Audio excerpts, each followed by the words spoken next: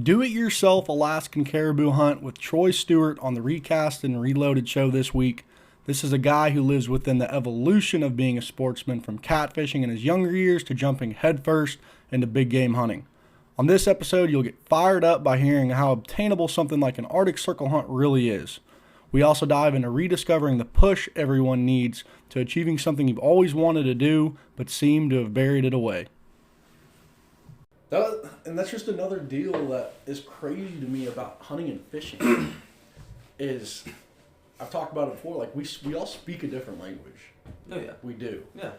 And whenever you see somebody wearing like a camo hat or like just a Zoom shirt, a Skeeter shirt, you can walk up to that person and just immediately start talking. Yeah. About anything, hunting, fishing. Blah, blah, blah, any of that stuff. Most of us have never learned to be quiet is the issue. Yeah. we get outside forever, man. Yeah, but... So, how did you get into... I mean, me and you met fishing against each other in high school. Yeah, I got tired of... it was like... I think my first tournament was on... The one right down here by us, where we are right now. What is it, Joe Pool? I think so. It has a slot, right? Like the 18 to 21 slot or something like that? That was the first THSBA tournament ever, I think. Oh, well, I fished that. There were 70 boats. That was it. So the way I got into fishing, my dad was always a catfisherman. Right? Yeah. Always a catfisherman. I remember I was a little kid. I've been fishing with him since I was... My third grade birthday party was a fishing birthday party, and there was like 9 of us, and we literally sat and watched catfish rods all day. Yeah. That was my whole birthday party. I was sitting on chairs watching kids, like not running around or anything, just watching catfish rods. Yeah. But no, my dad, I asked my dad when I was really young, like, how do I make money fishing? And he's like, redfish tournaments, bass tournaments. Yeah. And I hated bass anglers. I hated seeing them. I hated the whole dynamic, how complicated it was. And then I think it was like 6th grade in high school. I just said, the heck with it. Got like a bait caster combo, and just started every day. Did not miss a day. From 6th grade to my first tournament. Yeah. Literally did not miss a single day unless we were like traveling or something like that. Came home, would go to the pond until dark, went home, did my homework, went to bed. Yeah. Literally, that was my entire life. Like just pulled myself from everything and just started fishing real hardcore. That's a lot of fishing. Like, I mean, the evolution of it is like catfish, and then next thing you know, you're watching YouTube videos, and your life is fully encapsulated with fishing.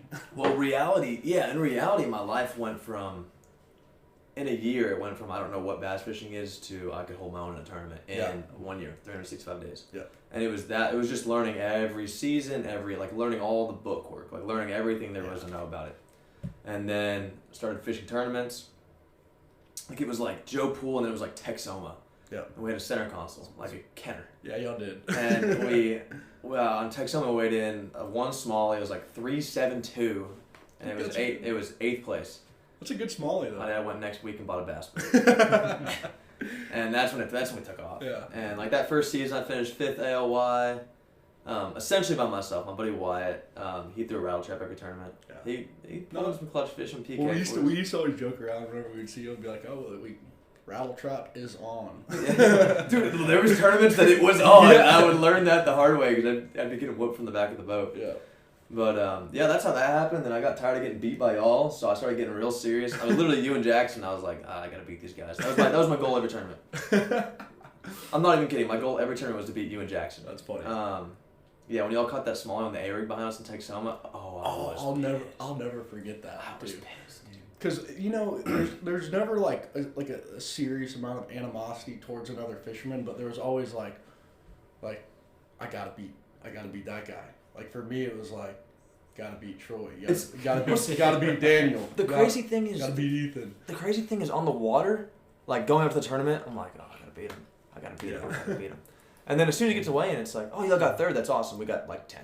Yeah. Like they beat us. I don't really care. Congratulations to you. Yeah. Do you remember Ray Hubbard?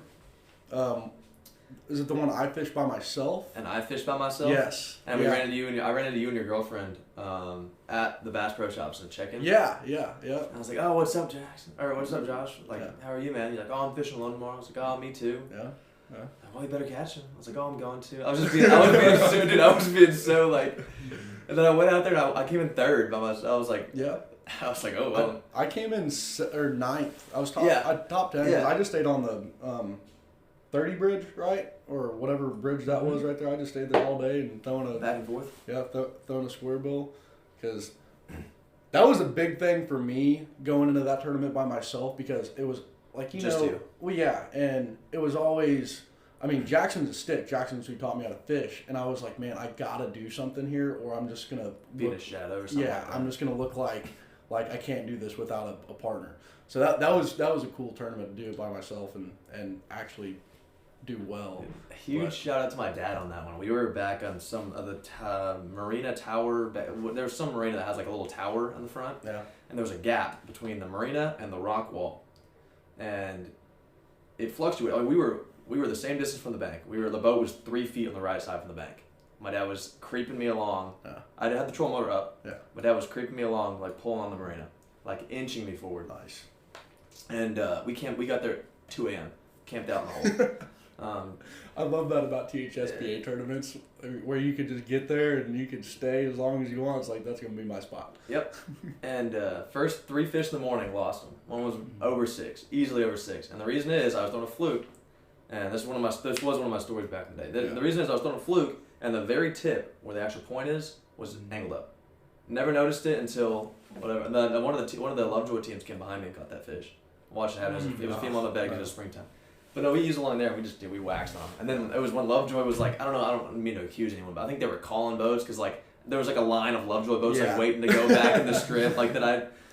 Well, everybody would always talk about Lovejoy like because they were a team. They were a team. And but they communicated. Yeah. They helped each other. Yeah. And no one else did. So it was like Lovejoy was like the team. And they were a unit while everyone else was independent. Yeah, basically. And like they would always have like at least 3 or 4 boats in top 10 and just like would go without being said. They won team of the year like every year. It was almost bad. Yeah.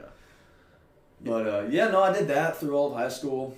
I think the worst I ever finished AOI was like 16th my second year, but then everything else was top 10. Yeah. I always like looking at it like from an AOI perspective, just because, and that's all.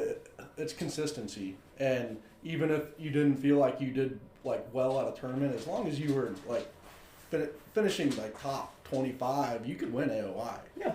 And that's what it was. That was always the race. Yeah, yeah. But I did Camp Bass with you. I remember, and I remember sitting in a boat with you with that one guy. One day we fished together, and I just sat in the back, just quiet, just listened to you and him have this conversation all day. And I was just like, I don't know what to say. So I just sat back there and threw like a little popper, some of the grass lines. I was just like, I don't know. Josh is just being Josh. Who do we fish with? Don't remember, but I remember I was using a Corrado, the old green Corrado 51E, because I'm left-handed. I fish left-handed. Yeah. And that's the reason, that day is the reason I bought a reel. But, no, I remember sitting back there. What did he have? It was a Phoenix. Yeah. See, I can remember all this, but if you ask me, like, what I ate for breakfast, I'm like, I don't remember. But, no, did all that. You guys all moved off, finished that, and then as soon as I got into college, I just was looking for something else to do. My ex, actually, I was dating her, and her dad he made me put in for this bear tag in Alaska. And he was like, yeah, there's like 10% draw odds, you might get drawn. Whatever. I got drawn. And I was like, oh, here we go. That's where it started. Well, I started watching YouTube videos, and like the fishing obsession now rolled over. Yeah. And keep in mind, I'm the pond cat fisherman at this point. Mm-hmm. So I had to make up that time, and I had a year and a half to do it. So I just started doing research and just trying to understand those bears. Literally nothing but bears was on my mind. Yeah. And for no discredit, somehow we ended up, like, not to discredit him or anything, but we were really trying to plan the trip to be like a steelhead fishing trip where I just happened to have a bear tag in my pocket. Yeah. But in my mind, it was bear hunt. Like, it was not a steelhead fish, like fly fishing trip. It was just bear hunt. So I just did all this work and I ended up just like doing the hunt completely wrong. And I spent 3 days wandering around forest management trails, just like hoping to get lucky. Mm-hmm. And I did. Last day that I could hunt, I walked up on a bear at 20 yards, sleeping on the side of the trail. That's and crazy. I just shot her, shot her with this track. It worked out. Yeah, did that. How, like, for people that don't know, like, how do you like put in for a tag for a bear? I know Alaska pretty well. I'm still learning all the other states because it's just different with every state. But like Alaska Fish and Game, go to the website or just call them. Yeah. For that tag, he literally sat me on the phone and walked me through everything. Yeah. You have to buy your hunting license, and then you put in for the tag. It's $5 a tag, up to 6 tags, Yeah. $30. It literally costs $30 and your hunting license. So I did that, and then That's where the Western obsession started. no, actually, I did a bunch of stuff wrong. So I killed that bear. He told me not to touch it because I wanted to do a full body mount. Was it a black bear? Yeah, a big black Boone and Crockett black bear, and I shot him in the head because I shot him. He was on his back. And I was 20 yards, but I was above him. So I shot him when he was laying on his back like spread eagle, Really? Yeah. right to the chest. He got up, started jumping around, so I put another round in him, shot him in the head. Yeah. Just dropped. Right. I was like, oh cool. So I walked down there and he was like twitching. I've never touched. Yeah. At this point, I've only killed pigs. Like I mean, I've never. it's touched. intimidating. It's a bear. Oh yeah. I'm 7 miles from camp. No one knows where I am. Yeah. And then I'm walking up to this bear and he's like twitching. And I was like, I basically just ran back to camp. I got sick because I didn't eat all day. Passed out. I woke up to Mark like spoon feeding me in the bed. I was like, I killed a bear. he was like, oh, really? I was like, yeah. It's one of those things that like it happens and then like you sit there and you're like, oh crap, it happened. Oh, I was shaking. I was trying to take a video and like I was literally like, dude, it was bad. Yeah. How big was it? Well, I can't give you a weight, but it was the skull measured. Yeah, they measure by the skull. Yeah. It was missing a cheek, an entire side of the skull, which is used to measure, Yeah. and it still measured 19 and 9/16 when Boone and Crockett's 20 inches. Yeah. It was missing over an inch of its skull. Yeah, and it was already Boone and Crockett's 20 inches, and it was anyway. Pretty good first bear hunt. Yeah, what was that feeling Insane. when it dropped? What was the feeling? Oh, dude, I was like screaming, like not even yelling. I was like And screaming. you're just by yourself? Oh, 100% by myself. You're Like- shitting your pants Dude. while you're excited. Well, I'm wearing like, dude, I'm wearing like $30 Walmart waders because I went with disposable waders so I could just leave them there and not have to fly them back.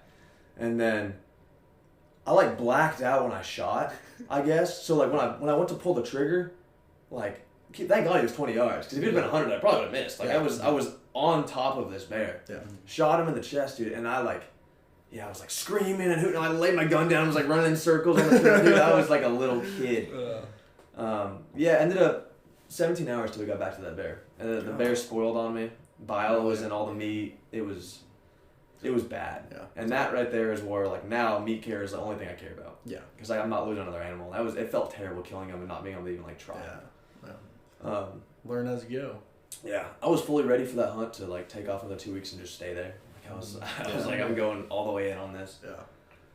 But I'm not talking about myself entirely. But then I was on the way home. I was like, what can I hunt next?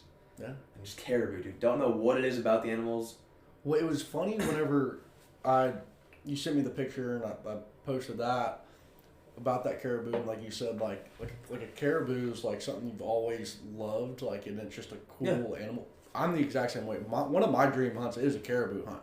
I've always just, I don't know if it was like as a kid always seeing like a caribou as a reindeer or I don't know. Watch what the it is. Polar Express and just send you. Yeah. Like, you just hate Santa? Like, but I, like to this day, like a caribou's on like top 3 bucket list hunts. Yeah. Like and like what you did, and like everyone's got to go watch your video. It's TS Outdoors, right? Yeah. Like it. I mean, do it yourself, and everything worked out for y'all because y'all had three we had to caribou down. Yeah, we had to call an audible, and I I get home and my boss, my best friend at the time, or second, I had 2 best friends at the time. One of this kid at the time, Cole, I worked for him and his dad. I get back and I'm on this high. I killed this bear, and I'm like, dude, like let's go kill a caribou, dude. Yeah. And he was like, okay, let's do it. Like, what do I need? I was like, money. Like, you need money, man. And then I get back when I'm hanging out. Like, everyone's moved away. And the only three like my original friend group, which was like 15 of us that were in town, was him and Matt. Yeah. So I'm like, Matt, let's go kill a caribou, man. He's like, what do I need? I was like, money, man. Money. And then any hunting, really, not really. But, well, the issue with Western hunting is you have like a $4,000 startup cost. I don't care who you are. If you do it right, it's $4,000 about, plus or minus a couple hundred. Once you have that, you don't have to put another cent into clothing or gear. Yep. Except for bullets. Yep. Realistically, or in food, I guess. And you can teeter with it. Like it never really ends, but like most of it's like $100 a year or $200 a year. You know, it's little stuff. So I explained that to them, and I finished building my system. They built theirs, and we put this hunt together. And I did like all the legwork, and there I found myself on a plane to Alaska, first class. That's I had to explain that. We get a U-Haul, start driving. Dude, this whole thing is like surreal. Whenever I heard of that, I was like, man, that is just making it happen and figuring it out. Rented a U-Haul in Alaska. Oh yeah. Well, dude. Well, I'm not a rich kid. I paid for all this. No, I'm just saying I paid for all this myself, right? And Cole did, and so did Matt. Like Matt was paying for this working part time at Academy. Yeah, it's crazy. Like $400 every 2 weeks for a paycheck. Yeah. And you're in Alaska shooting caribou. Yeah, I know. It's super attainable, and you're planning it for a year and a half, right? Yeah. And the whole trip ended up costing me, aside from taxidermy, ended up costing me $2,700 ballpark. Yeah. Well, like let's look at it from what you need to getting it done. So like for me, I feel like what would you say? I'd like to have a nice pair of glasses. Well, so before you even get into glass and guns, you got to stay alive. Yeah. So in order to stay alive, you're going to need a layering system. You're going to need a good pair of boots. Have to have a good pair of boots and have to have a good backpack. That's crucial to every hunt. And then a shelter and a way to cook food. Yeah. Right. So the way to cook food was, for me, I think the best one on the market, hands down right now, is going to be the JetBull Stash. Yeah. It's super small, lightweight. Not the like Flash, like the Stash. It's a little lightweight one. Boots, probably run Crispies. I ran Kennetreks for this last hunt. I would have done Crispies if I could have. Pack, Stone Glacier makes a great pack. Layering system's 4 layers. Starts with base layer, then you got waffles, which is like a grid fleece type piece. Yeah. And you got a puffy, and you got rain gear. Yeah. And those 4 pieces never change. Like the actual 4. Like the individual pieces might, but that's the same 4 pieces on every hunt. And then outside of that, glass. I just picked up a pair of NL Pures, man. Oh man, dude, I got glass now. But professional. Yeah, just the nicest glass you can afford. You could do it with Crossfires if you had to. Yeah. And then you can have that for the rest of your life too. That's what I mean. I do this for work now, right? Yeah. So I'm a salesman for Shields, and like that's a huge thing. It's like someone who comes in and is like, I want to see a good starter pair, get a good Crossfire. Well, their next jump is going to be a pair of Vipers, right? And they just went in $700 on a good pair of glass. Well, if they would have just put that money together, they'd have been well over Vipers and definitely really close to Razors. Yeah. You know, but people are always trying to buy in little segments. With Western hunting, you can't do that. You have to just buy the right stuff right away, spend the money, hold on to it, and then it lasts. It lasts. The only thing, it lasts forever. Yeah. Just don't tear it up. So it's just that initial investment. Yeah. And send it. Well, yeah. It's a big investment, and then like you were saying, like good glass is everything on a hunt, and that's why I justified NL Pures. Yeah. Cole has NL Pures now too. We used them on the last hunt, and game changer. It is ridiculous. Like seeing them in a store. Yeah. Getting on a mountain and putting them on a tripod and different. Just unbelievable. No, that's awesome. Yeah. And then so we found ourselves in this car. We're driving up. Right, we're shift drive. It's a 3-seated vehicle, and it's got a little tiny bench seat that, I mean, it could be a 2x4 board. This thing is so uncomfortable, right? And we're rotating, and then as we're driving, like we drive past like 700 caribou, just like on the side of the road. And there's a 5 where we went. There's a 5. This is gonna be an easy hunt.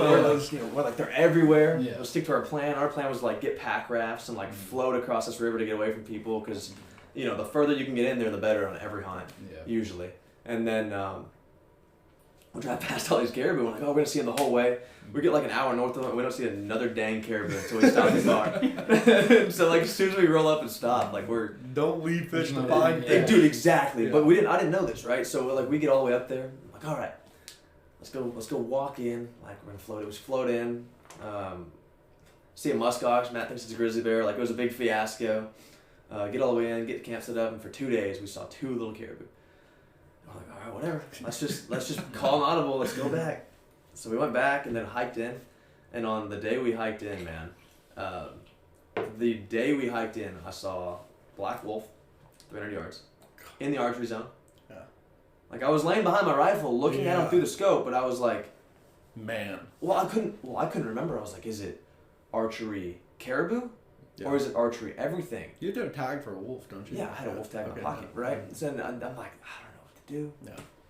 So I didn't shoot. I just played it safe. I'm glad I did. And then we get over that little rise, and the reason he was running, I saw him running down to a creek. Yeah. And the reason he was doing that was because over that hill was like 4,000 caribou. Yeah. So I peek over the hill, and I'm like, oh my god, like, I just entered Narnia? Like, what is this, dude? And then, I set up camp. Matt came into camp. I'm looking at this herd of caribou, and I'm like, yeah, there's one with like little whale tails right here. Like, how does this look to you, Matt? And Matt is just dead. Like he essentially died in the walk-in. Yeah. And then so he's sitting there like, I can't go anywhere right now. He's like, Cole, how does it look to you? I was like, let's go get a closer look. So we run around, we skirt this hill, we get up there, and he like skirted us real bad. And then I think it was because Cole was wearing synthetic, but I don't know. I think it was because he got cold, but I don't think it is because he got cold. I don't know. He said it's not. I really don't know. But for some reason, he decided to shoot a different caribou, like the main. So he kills his caribou, and the one that he was going to shoot, which was supposed to be the smallest one on the trip, stands up. And I shoot it. Yeah. Mm-hmm. And then we get these two caribou down. We start cleaning them. Matt, like 4 hours later, comes walking up. And then he shot one. No, but you got to listen to this, because this is what actually happened. And we had to make sure there was no gun rules. Yeah. I have the only gun of the trip with us on top of the mountain. Okay. Matt is walking up to come meet us, and he hears something behind him, right? And we did this whole caribou thing about like look for the penis sheath, like look for the sheath before you kill it. Yeah. So Matt, out of the corner of his eye, pulls his pistol out, and this caribou's 20 yards behind him, pulls his pistol out, and is like turns and squares off on it, and this caribou's just kind of like standing there. Yeah. And he's just looking for sheath. Yeah. Just looking, like identifying it's a male. Yeah. And he's 100 yards from us on the top of this mountain. Okay. And I'm sitting there like, and from my perspective, I'm sitting there clearing this animal, and I hear boom. I look at Cole, and I hear boom, boom. And I was like, so like a wolf. Like I grab my gun, and I'm trying to get a good perspective. Matt, you see a little dot up here on top of it. We got 3. And I was like, oh my god, like what are we gonna do? We're 5 miles deep, 3 caribou down. Oh dude, it was bad. He shot his first caribou in Alaska with a 9mm. 9mm. Yeah. Man, to put it in perspective, he shot 4 times. Every single shot he took was within 6 inches of the heart or like that little area. So he knew what he was doing. He wouldn't have shot if he didn't. Yeah. Yeah. Oh yeah. Nice. Dude, that's cool. No, it's cool, but like it was kind of heartbreaking in the moment because I was like, we're done. Well, I was really excited because Matt was having such a tough time with the terrain. Yeah. Just because me and Cole are littler dudes, and Matt's not. I mean, he's not big, but he's not little. Like me and Cole are built like twigs. Yeah. Right. Matt is not a twig. Matt's just a well-built guy. And I was so excited because we had these 4,000 caribou that Matt probably didn't even see before he killed his. They were right underneath us. Yeah. And I was like, we're going to get Matt a giant. Like, he's going to have the trip of his life. And killing small. With the pistol. Yeah, with the pistol. Yeah. But no, that was cool, man. We got back down. Caribou taste amazing. And then, I was going to ask you about that. Like, how do you cut caribou? Like, what's your preference? Well, I didn't know what I was doing when I was processing it. Okay. So I got all the meat home. And so I ground everything. So I've got like 100 pounds of ground caribou, and then I've got like back straps. Yeah. Like, that's it.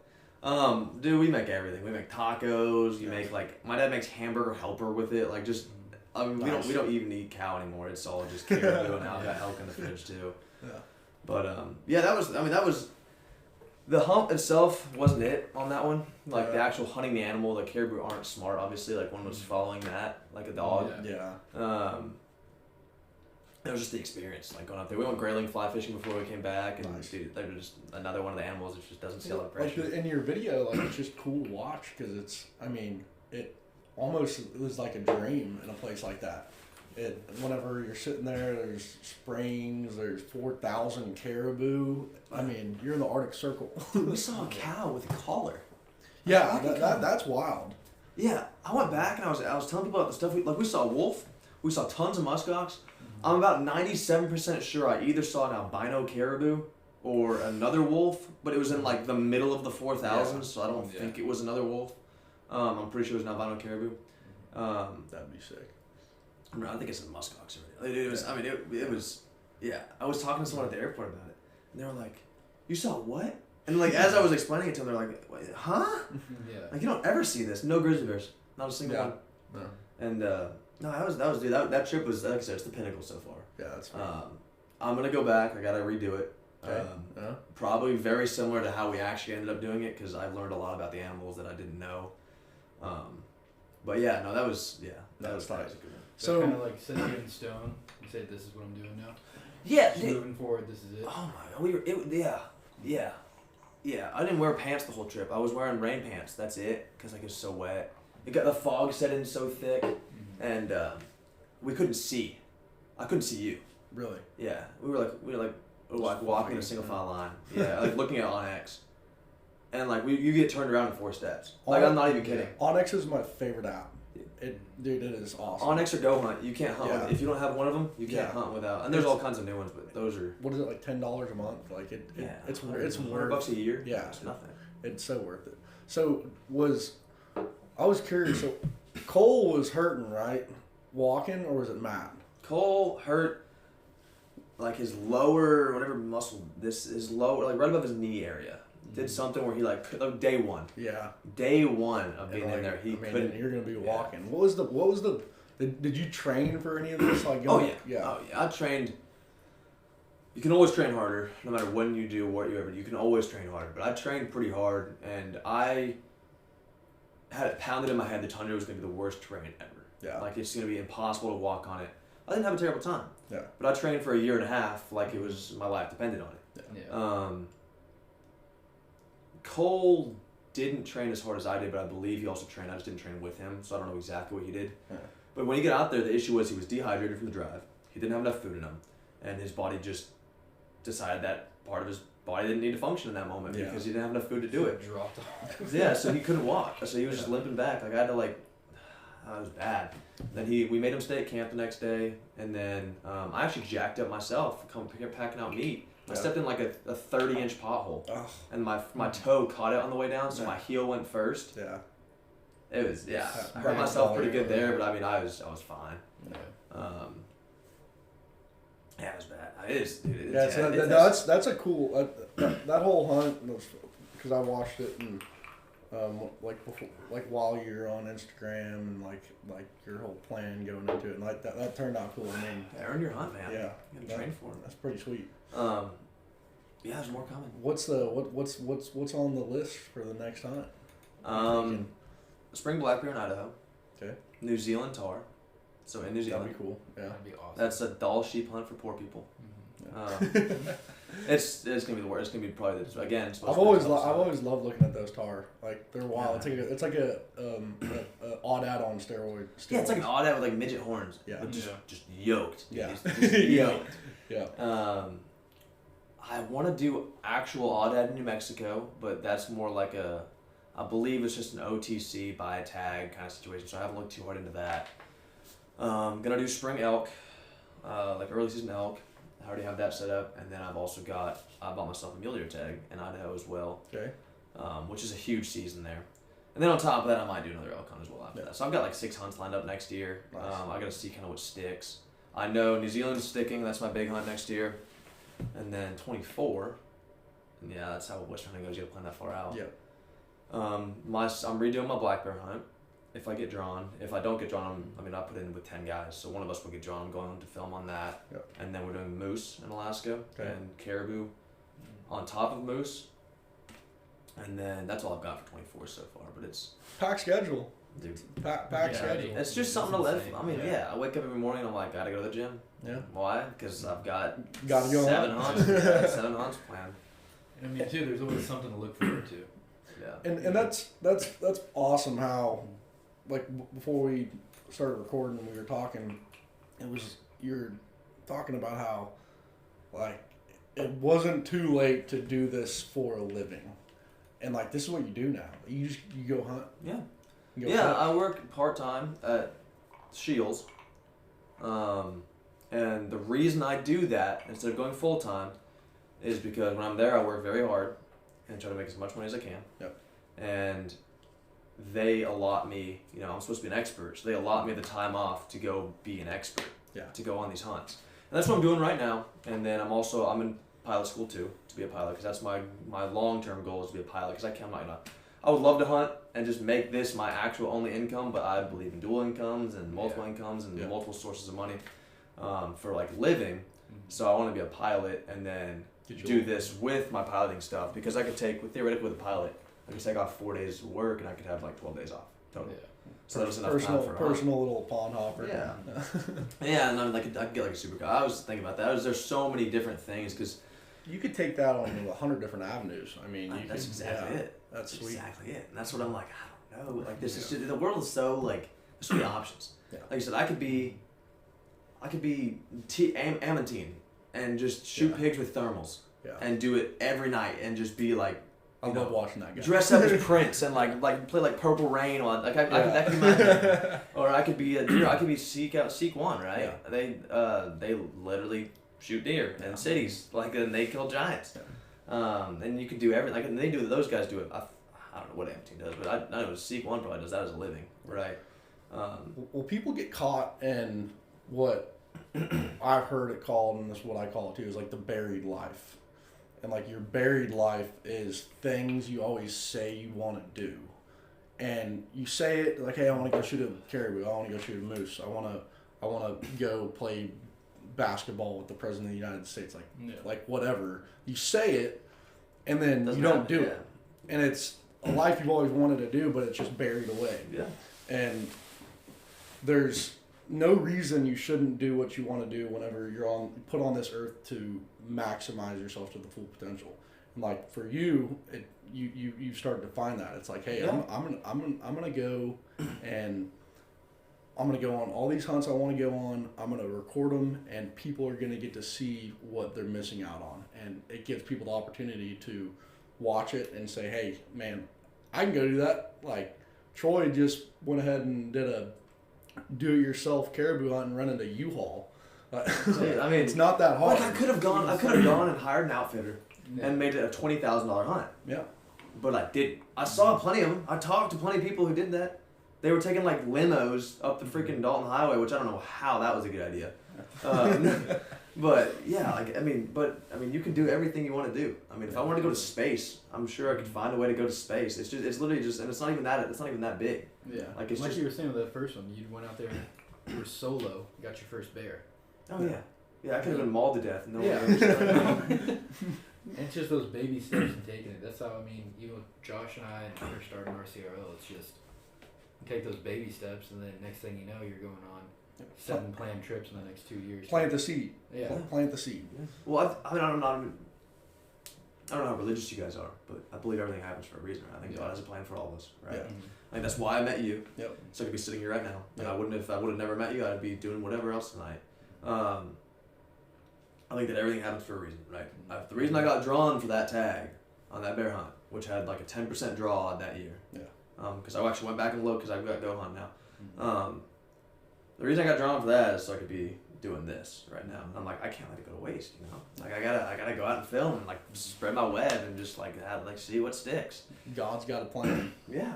And it sometimes takes yourself to rediscover that plan and just putting yourself in that position. At the end of the day, it's just enjoying it.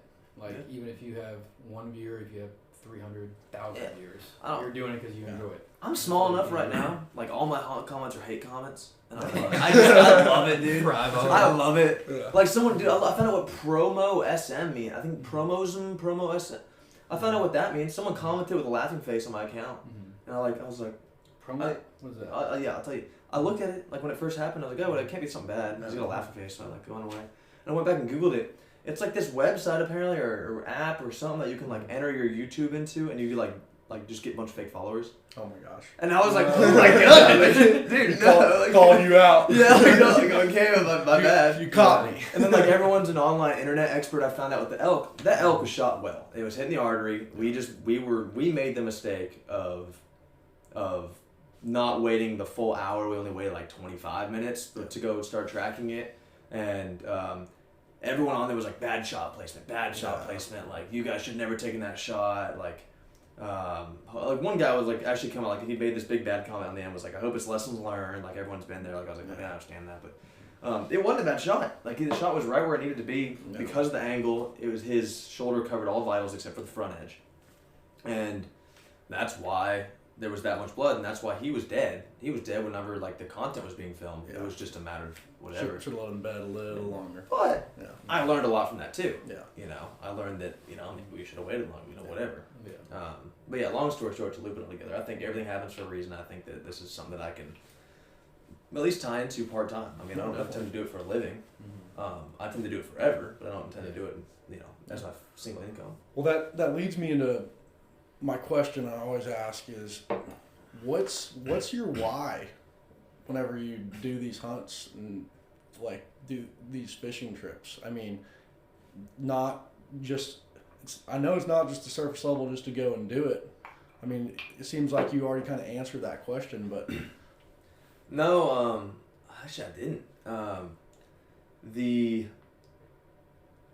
one day when you do a big Western hunt, and this is specifically for Western hunting, one day when you do it, I mean, I was a Boy Scout, did film on, did all that. And those are core memories of my life. Yeah. And the reason is, I think Steve Ranella says it best. He's like, the memories that stick the most are the ones that suck the most when you do them. Like, you don't remember every time you've been to Six Flags. You don't remember every ride you've ever rode. You don't remember roller coasters, right? But the really long, sucky ones are always the best ones. They stick. And they stick. And I also believe that not only does it impact you well when you do stuff like that, it impacts everyone around you. Like, you're a better son, better, husband, boyfriend, friend, whatever, because you come back with this sense of fulfillment that you get from it. Yeah. And that's why I Western hunt. And that's why I hunt, and that's why I put myself in these adventures. I go hike 8 miles into the backcountry with a 60-pound pack, which is when you do it one day, because we're going to get you to do it. Yeah. When you do it, it sucks. I mean, it's like your CrossFit training. Like, that's not necessarily fun, but the sense of fulfillment you get from it all is what it's all about. Yeah, that's awesome, man. And like, it just goes to show is like, you have to put in the work to do things, and like people that don't hunt or fish and want to get into it, it like you said at the beginning, is like, whenever you're talking to your friends, like, hey, we're going to go on a caribou hunt, what's going to take? Money. That is something you have to put in, but what's the quote? It's like you give a man a fish, he eats for the day. Yeah, teach a man to fish. Teach a man to fish, he eats forever. Yeah, he has to buy rods, reels, grabs, stars, bows, whatever, right? But no, that's awesome. And it's completely attainable. I mean, I don't make crazy money. Neither did Matt, neither did anyone. It's just we put, for that time frame, we put as much money as we needed to into it. Yeah. That's not going to the bars. That's not, going out with your friends here when you're supposed to, not taking random little weekend trips. It's just working towards a goal. Yeah. And that's why I have all my hunts planned out so far, is because my goal is moose in 24. But yeah, and my past year and a half has been, it's on a different level. It was my Ironman stuff. Ironman, not CrossFit. And Ironman. like you describing working towards a goal. That's everybody needs to work towards a goal. Everybody needs to have a mission-oriented thought process, because it gets you to wake up and work within that realm and work forward. And now that I'm doing all my Ironman stuff, it's like, okay, I just ran 26.2 miles, swam 2.4, and biked 112 for 15 hours. There's really no reason I can't go to Alaska and shoot a caribou. Or get out of bed when your alarm goes off. Yeah. But it's like everyone has a different hard. Like, they're different hard. Like, for some people, it is to get out of bed when your alarm goes off. But, I mean, I've always envied you and what you're doing now, and I'm super excited that you're here talking, because people need to hear these things where get up and go and do what you want to go do. Yeah. And like I said, man, there's more to come, so I'm sure I'll be back. Yeah, hell yeah, definitely.